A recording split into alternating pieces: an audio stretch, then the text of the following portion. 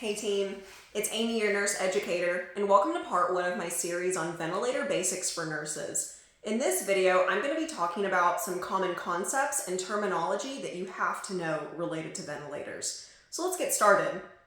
Well, the two main variables that ventilators manipulate in order to support the breathing of the patient are volume and pressure. For volume, the terms that you're going to see used are tidal volume and minute volume. A tidal volume is the total amount of air given to the patient with each breath. And the normal tidal volume for adults is anywhere between 350 and 500 milliliters depending on their size. For minute volume, that's the total amount of air given to the patient in a minute. The normal minute volume for adults is anywhere between 5 and 8 liters of air. The calculation for minute volume is tidal volume times respiratory rate. Both of these terms give us a good indication of the amount of air that's going to the patient. The other variable that's manipulated by the ventilators is pressure. The term that you're going to see used most often with pressure is peak inspiratory pressure. Peak inspiratory pressure is the highest amount of pressure measured during the breath. This is a really good indicator of how easy it is for that breath to reach the patient. A normal peak pressure in adults is anywhere around 20. So the higher the peak inspiratory pressure, the harder it is for that breath and the oxygen to get into the lungs. So we really want to be monitoring this in our patients. Now, another term that you're going to see used a lot is PEEP. PEEP is positive end expiratory pressure.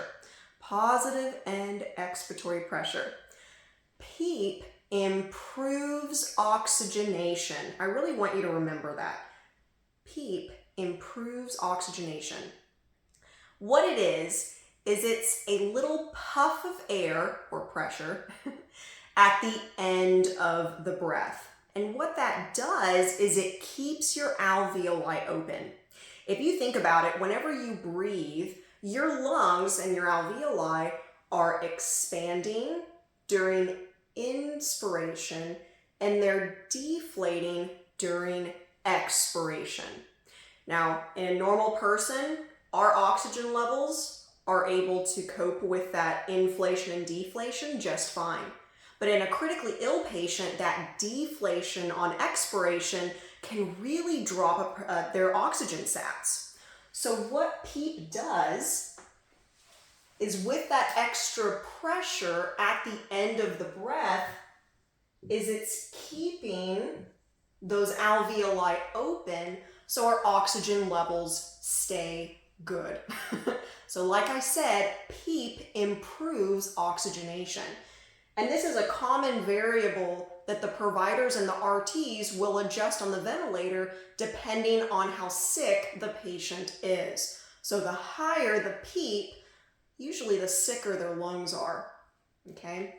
So I hope that gave you a good little intro into ventilators, and be sure to stay tuned for part 2 of my series. I'll see you in the next video.